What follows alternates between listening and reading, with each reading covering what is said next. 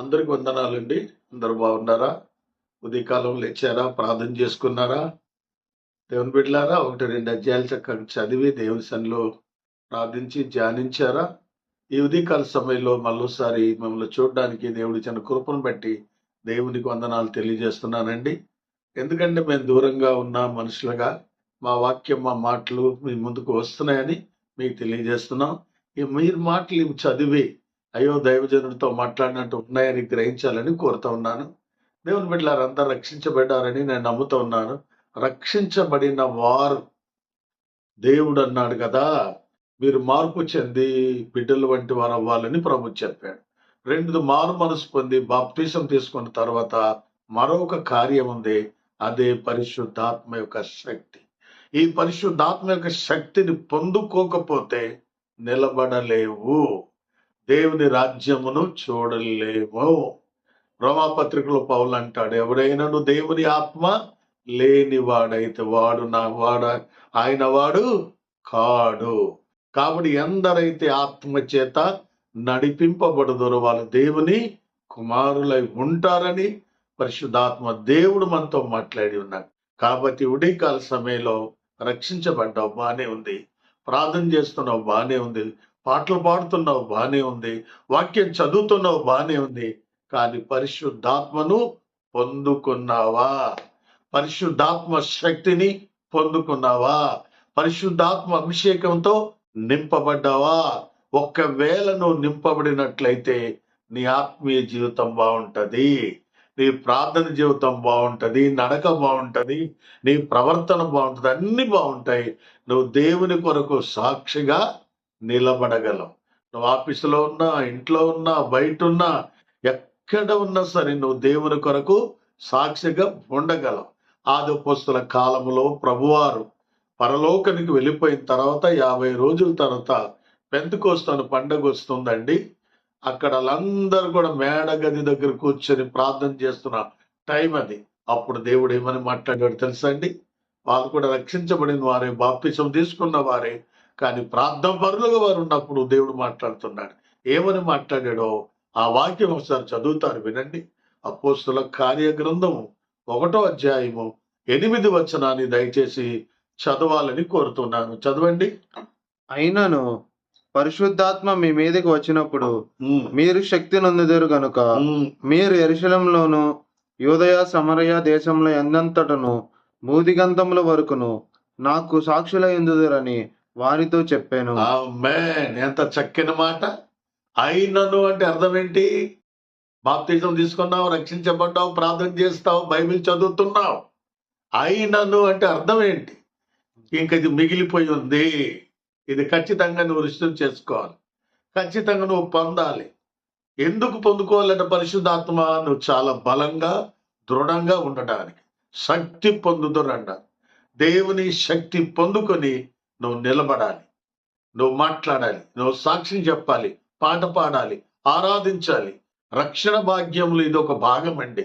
ఎందుకంటే బాప్తిసం తీసుకుని రక్షించబడ్డావు, కానీ పరిశుద్ధాత్మని ఇంతవరకు పొందుకోకపోతే ఆత్మని మీరు పొందుకోవాలి. ఈ ఆత్మాభిషేకాన్ని పొందుకుంటే నీ జీవితమే ఒక అద్భుతమైపోతుందండి. ఆ రోజుల్లో అపోస్తులు, దేవుని యొక్క శిష్యులు పిరికివారుగా ఉండేవారండి. పిరికి వాడు ఎవరో తెలుసు కదా మనకు, పేతురు గారు పిరికి ఆత్మ కలిగి ఉండేవాడు, ప్రధానికి భయపడేవాడు. యేసుప్రభు ఎవరో నాకు తెలియదు అన్నాడు. ఎందుకంటే బొంకేడు. దేవుడు చెప్పాడు, నువ్వు బొంకుతావు, నువ్వు అబద్ధాలు ఆడతావు, బొంకినప్పుడు కోడికి వస్తుందని చెప్పాడు. ఎప్పుడు ఆత్మ లేనప్పుడు, శక్తి పొందుకోలేనప్పుడు, ఆత్మాభిషేకంతో నింపబడలేనప్పుడు పేతురు జీవిత విధానం ఒకటి వేరు. పేతురు ఆత్మ ఇప్పుడు అభిషేకం పొందుకున్నాడు, ఆయన మాట మారిపోయింది, తీరు మారిపోయింది, ప్రార్థన మారిపోయింది, నడక మారిపోయింది, ఆయన ఆత్మీయ స్థితే మారిపోయిందండి.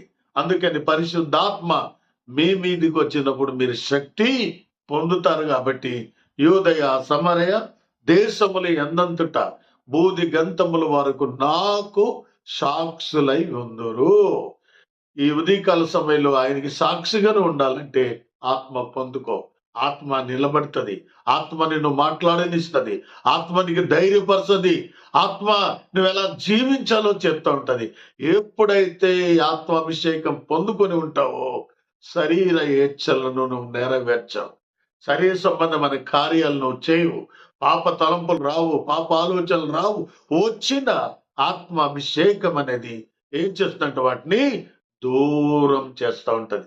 దేవుని బిడ్డలారా గమనించండి, అందులో ఉన్నటువంటి ఈ జనము పరిశుద్ధాత్మచే నింపబడిపోయారు. 120 మంది మేడగదిలో ఉన్నారు, ఇలా ఆత్మచేత నింపబడ్డారు. అపోస్తులు బోధ విన్నారండి, సవాసములు ఉన్నారండి, దేవుని బిడ్డల రొట్టె విరుస్తున్నారండి, ఏడతెగక ప్రార్థన చేస్తున్నారు. కాబట్టి వాళ్ళు ప్రపంచమంతా వెళ్ళి స్వార్థను ప్రకటించారు. అపోస్తలుడైన తోమ గారు ఆత్మ ద్వారా శక్తి పొంది బలాన్ని పొంది మన భారతదేశం అని ఇండియాకి వచ్చి, ఎందుకంటే ఆ కేరళ రాష్ట్రంలో తమిళ ఏరియా అంతా కూడా స్వార్థను ప్రకటించారు. ఆ రోజుల్లో బ్రాహ్మణులు యేసు ప్రభుని నమ్ముకున్నారు. కాబట్టి ఉదయం దేవుని బిడ్డ రక్షించబడ్డావు కదా, కడగబడ్డావు కదా, బాప్తిసం పొందుకున్నావు కదా, అయితే పరిశుద్ధాత్మను పొందుకో. ఆ శక్తిని ఆ బలాన్ని పొందుకొని ప్రజల్లో నిలబడు, జనాల్లో నిలబడు, పట్టణాల్లో నిలబడు, గ్రామాల్లో నిలబడు. నువ్వు ఉన్న చోట దేవుని కొరకు సాక్షిగా ఉండు. సాక్షిగా ఉండాలంటే ఆత్మచేత నింపబడి దేవుని సన్నిధానముల ముందుకు వెళ్ళు. చాలా మంది మహాభక్తులు ఈరోజు ప్రభు కోసం సాక్ష్యం ఇచ్చి చనిపోయారు. ఈ మధ్య కాలంలో దైవజనులు మనకు తెలుసు కదండి, ప్రవీణ్ గారు హైదరాబాద్ నుంచి రాజమండ్రి ప్రాంతానికి ప్రయాణమై వస్తా ఉన్నాడు. ఎంత ఆత్మపూర్ణుడుగా దైవ వాక్యము ఉన్నట్టుగా బోధించి ప్రజలకు ప్రకటిస్తా ఉన్నప్పుడు కక్ష కట్టి కొంతమంది ఈ మతోమాదులు ఏం చేశారని కొట్టి చంపేశారు. ఈ విషయాలు గమనించాను. సాక్ష్యం అంటే అదండి. మొదటి సాక్షి స్తపన్ని చంపారో అలాగే మన ప్రవీణ్ గారిని కూడా ఆ పగడాలని చంపేశారు. దేవుని బిడ్డలారా, సాక్షి అయిపోయాడు ఆయన. పరిశుద్ధాత్మ శక్తి తనలో ఉంది కాబట్టి తట్టుకొని ప్రభు కోసం చనిపోయి దేవుని రాజ్యంలో ఆయన ఉన్నాడు. కాబట్టి ఆఖరి దినాల్లో, అంత్య దినాల్లో ఆయన ఆత్మను కుమ్మరిస్తానన్నాడండి. ఆత్మ పొందుకోండి, ఎందుకంటే పొందుకొని ప్రభు వారికి సాక్షిగా జీవించండి.